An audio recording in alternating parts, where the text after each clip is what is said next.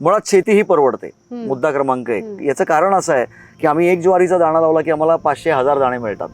1 रुपया शेतकऱ्यांनी जर शेतीमध्ये इन्व्हेस्ट केला तर त्याला वर्षाला 2 रुपये मिळाले पाहिजेत. आणि ते मिळतात का? तर नक्की मिळतात. 1 वर्षात दामदुप्पट कुठल्याही धंद्यामध्ये होत नाही. बँका सुद्धा 7-7, 8-8 वर्ष घेतात दामदुपटीला. तर ते शेतकऱ्यांनी बघितलं पाहिजे. क्रमांक 1. सेंद्रिय शेती केल्याने यील्ड घसरतं का? तर सुरुवातीला ते कमी होतं, कारण तुम्ही रसायनं बंद करता आणि सेंद्रियकडे जाता. तुम्हाला तो ग्रॅज्युअली ट्रान्सफॉर्मेशन करायला पाहिजे, असं माझं मत आहे. म्हणजे मी आता नेचर केअरचा मॅनेजिंग डायरेक्टर म्हणून अतिशय काय म्हणूया जबाबदारीने बोलतोय की एकदम हे बंद करा आणि हे चालू करा असं शेतकऱ्यांनी करू नका. हळूहळू रसायनं कमी करा. There is a rule of 80-20. जगामध्ये सर्वमान्य नियम आहे. मग लागेल तेवढंच तुम्ही रसायन द्या आणि शेती विषमुक्त पहिल्यांदी करा. सेंद्रिय प्रमाणीकरण, सेंद्रियकडे जाणं हा नंतरचा टप्पा आहे. मधल्या काळात गोंधळ काय झालं की हे बंद कर आणि हे चालू कर, तिथं कन्फ्युजन क्रिएट झालं. असे जे टॉल क्लेम्स आहेत ते न करता त्याच्याकडे डोळसपणे बघायला पाहिजे.